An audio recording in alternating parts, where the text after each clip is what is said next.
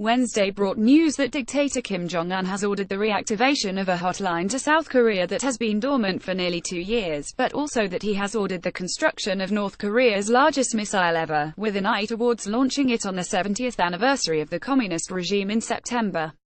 The hotline was reactivated by an order from Kim, publicized with an announcement in state-run media, and then employed for 2 phone calls to South Korea. The first one lasted about 20 minutes and seems to have involved mostly technical exchanges to ensure the system was working.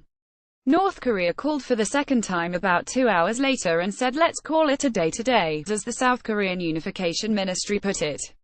North Korea disabled the hotline in December 2015, after the North carried out a provocative nuclear test and the South responded by shutting down the joint industrial complex at Kaesong.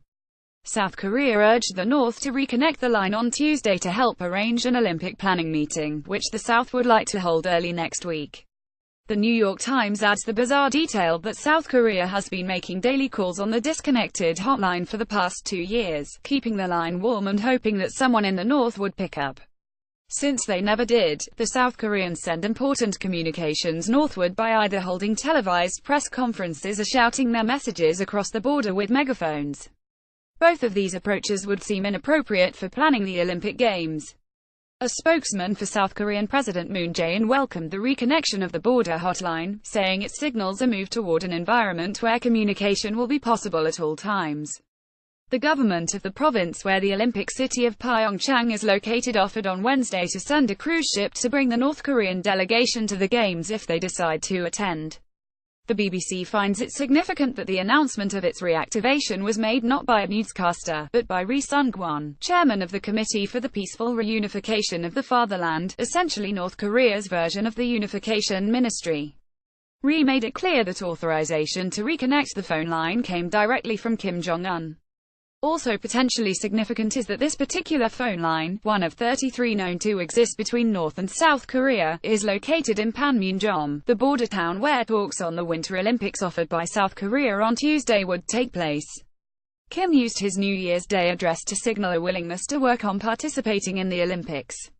If this is a true diplomatic opening from North Korea, it is guarded at best.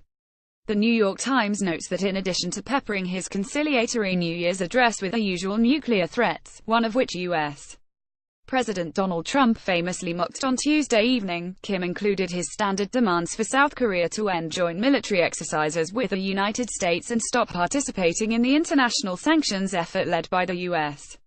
Furthermore, Japanese media reported on Tuesday that Kim has given orders for the construction of the largest missile yet, with an eye toward launching it during the 70th anniversary celebration of the communist state in September. The new missile is described by the UK Daily Mail as an upgraded version of UNH-3, a 3-stage rocket last launched by North Korea in February 2016, which the regime claimed was a satellite carrier.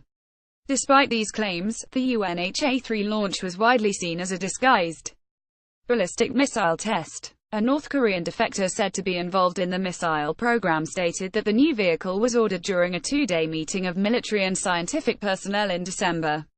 Soon afterwards, North Korea's Rodong Sinmun newspaper published an editorial defending satellite launches as a legitimate exercise of the right that thoroughly fits the UN Charter that enshrines the basic rights of respect for sovereignty and equality, and the international laws that govern the peaceful use of space. The United Nations, however, condemned the purported satellite launch as a dangerous and serious violation of international restrictions and a clear threat to international peace and stability.